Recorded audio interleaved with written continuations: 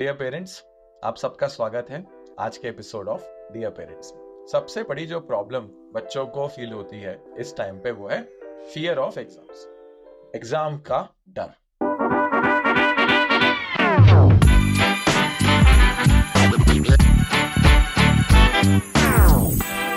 Exam time पे थोड़ा बहुत नर्वसनेस और थोड़ी एंजाइटी, थोड़ा फियर नेचुरल है। इनफैक्ट अगर ये नहीं हो रहा है तो उल्टा हमें थोड़ा सा टेंशन लेने वाली बात है, क्योंकि अगर हमारा बच्चा बिल्कुल ही स्ट्रेस नहीं ले रहा है, बिल्कुल ही फियर नहीं है, बिल्कुल भी एंग्शियस नहीं है, इसका मतलब वो एग्जाम्स को सीरियसली नहीं ले रहा है, which is a cause of concern. मैं आपको एक रिसर्च के बारे में बताता हूँ। ये रिसर्च हुआ था 1300 बच्चों पे और साइंटिस्ट ने ये देखा कि 96% ऑफ दी स्टूडेंट्स, उन लोगों को एग्जाम से पहले एग्जाम एंजाइटी एक्सपीरियंस हुआ था। तो अगेन ये चीज नॉर्मल एंड नेचुरल है, बट कई जगह कई बार ये चीज ज्यादा हो जाती है। सो माय डियर पेरेंट्स, चलिए ये समझते हैं कि ये फियर आता क्यों है बच्चों में। सो रिसर्च ये बताता है कि रूट कॉज जो है इनका वो है 4 फंडामेंटल फियर्स। तो पहला फियर है फियर ऑफ अननोन, मतलब जो चीज हमको पता नहीं है उस चीज का डर। तो बच्चों के अंदर ये फियर क्यों आता है? ये इसलिए आता है कि उनको ये लगता है कि एग्जाम में कुछ ऐसा आ जाएगा, कोई चीज नहीं आ जाएगी जो मुझे नहीं आती है, और उसको लेके वो हमेशा डर में। नाउ एज अ पेरेंट अब आप क्या कर सकते हैं इस फियर को हटाने के लिए? देखिए, सबसे पहले तो काउंसलिंग करने की जरूरत है बच्चे को। उसको ये समझाने की जरूरत है कि बेटे, आपने कुछ एक दिन या आधे दिन की पढ़ाई तो करी नहीं है, आप पूरे 1 साल से पढ़ रहे हैं या 6 महीने से पढ़ रहे हैं या 4 महीने से पढ़ रहे हैं, और आपने सारा का सारा रिवीजन कर रखा है। तो इसीलिए जो भी आए वो आपको पता होगा, इसका आप चिंता ना करें। ये समझाने की बहुत जरूरत है बच्चों को। That's point number 1। Point number 2, देखो हम कितना भी बोल लें, बच्चों को फिर भी ये डर लगा रहता है। तो मेरे एक्सपीरियंस में जो मैंने खुद देखा है बच्चों के अंदर, एक चीज जो बहुत हेल्प करती है उनको, वो है प्रैक्टिस टेस्ट या mock test. Now exam time में, एग्जाम से पहले बच्चों का मॉक टेस्ट देना या फिर प्रैक्टिस पेपर्स देना बहुत ही नेचुरल है, ऐसा हमको लगता है।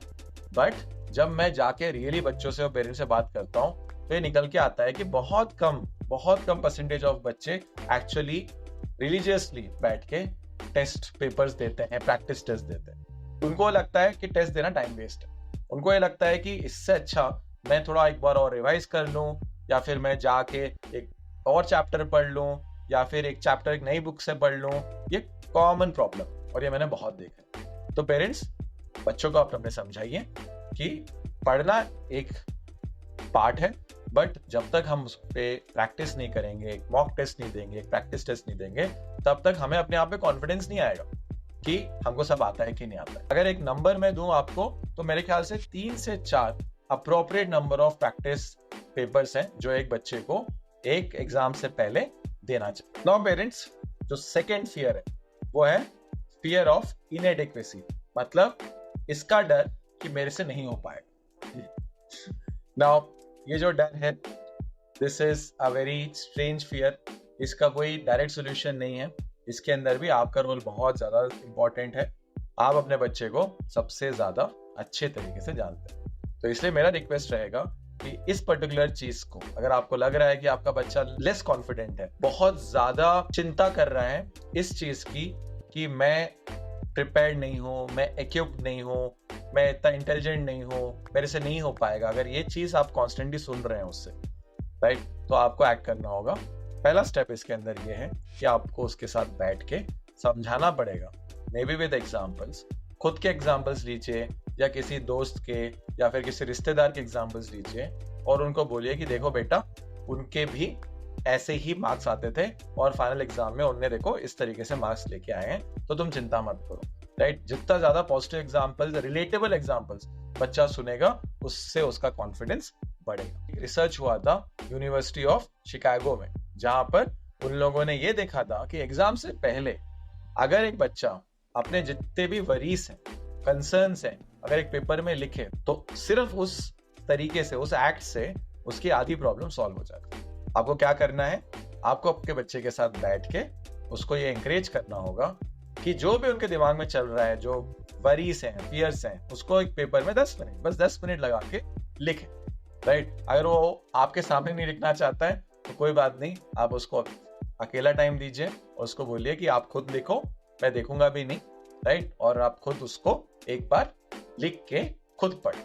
जस्ट दिस एक्ट, जस्ट ये करने से आप यकीन मानो बहुत फायदा होता है। और बच्चे को जब वो लिख देता है तो उसको समझ में आता है कि अच्छा ये मेरे फियर है, उसका जो माइंड है वो उससे हट के फिर पढ़ाई में लग जाता है। तीसरे फियर पे आते हैं। ये जो फियर है ये बहुत कॉमन फियर है। इनफैक्ट ये फियर तो हम लोगों को इस एज में भी आती है, और वो है फियर ऑफ फेलियर। 10th के बच्चे जैसे हैं, 12th के बच्चे जो हैं, जो कि बोर्ड एग्जाम्स पहली बार लिख रहे हैं, राइट, उनको तो ये लगता है कि इतना बड़ा एग्जाम में तो पहली बार लिख रहा हूँ जिंदगी में, तो ये जो फियर ऑफ फेलियर है ये बहुत ज्यादा एम्प्लीफाई होता है। तो पॉइंट नंबर 1, ये बहुत ही नेचुरल, राइट, और ये हर बच्चा फील कर रहा होता है। नाउ एज अ पेरेंट आप क्या कर सकते हैं इस फियर को थोड़ा सा कंट्रोल करने।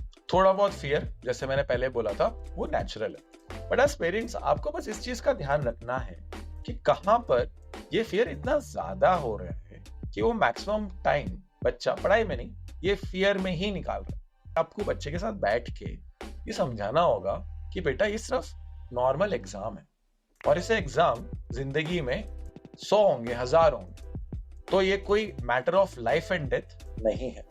ये समझाना अपने शब्दों में, अपने तरीकों से बहुत जरूरी है, ताकि बच्चा इस चीज को रिलेट कर पाए। क्योंकि बच्चे के अंदर एंग्जाइटी आदि इसकी वजह से आती है कि उसको लगता है कि बस यही है अब जिंदगी में, और अगर ये नहीं होगा तो मेरी जिंदगी खराब हो जाए। कोई एक दिन में होने वाली चीज नहीं है।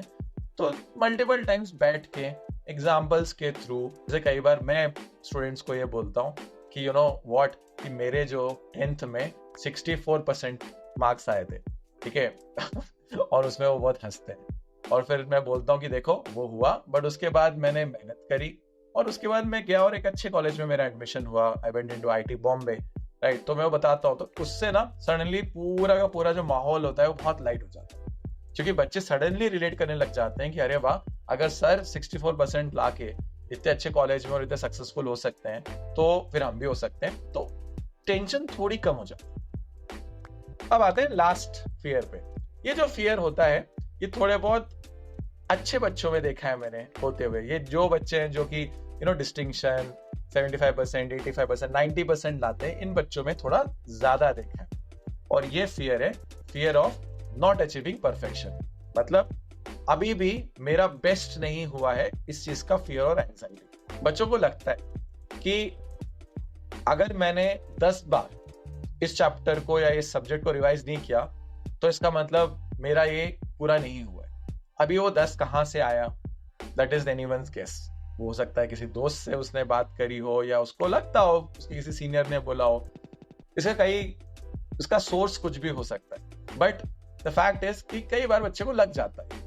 और मैं एक एग्जाम्पल की दे रहा हूँ ये, लेकिन ऐसे और भी एग्जाम्पल्स हो सकते हैं। तो इस पर्टिकुलर केस में अब बच्चे ने सपोज करो 6 बार रिवाइज कर लिया है, बट तब भी वो टेंशन में रहेगा, एंग्जाइटी रहेगी उस बच्चे को, क्योंकि उसके दिमाग में, उनके दिमाग में ये कहीं बसा हुआ है कि जब तक मैं 10 बार इसको रिवाइज नहीं करता तब तक ये मेरा टॉपिक नहीं हुआ है। और इस चक्कर में there is so much anxiety, there is so much tension. अब यहाँ पर हमारा रोल ये है कि बच्चे को थोड़ा बैठ के समझाना कि बेटे परफेक्शन नाम की चीज वो कभी भी अचीव नहीं हो सकती। तो 10 भी तुम कर लो वो भी कम है, कोई उसको 20 बार कर रहा होगा, कोई उसको 25 बार कर रहा होगा। तो point is not about achieving perfection, point is about having a realistic target.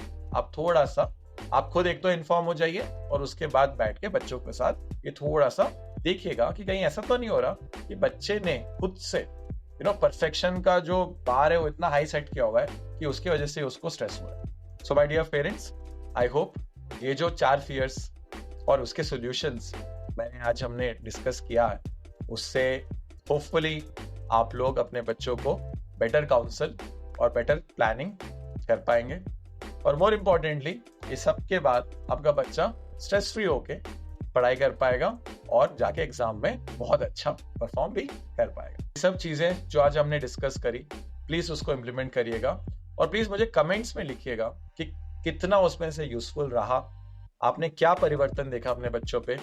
In fact कुछ और भी अगर आपने इनोवेटिव चीज सोची और उसको करी और उससे आपको आपके इंप्रूवमेंट दिखा बच्चे में, तो प्लीज वो भी लिखिए ताकि हम भी सीख सकें, बाकी पेरेंट्स जो है कम्युनिटी के वो भी इसको सीख सकें, क्योंकि आपस की ही चीजों से सीख के हम सब better. Thank you, all the very best for your children for their upcoming exams. This is Vamshi Krishna signing off from today's episode of Dear Parents.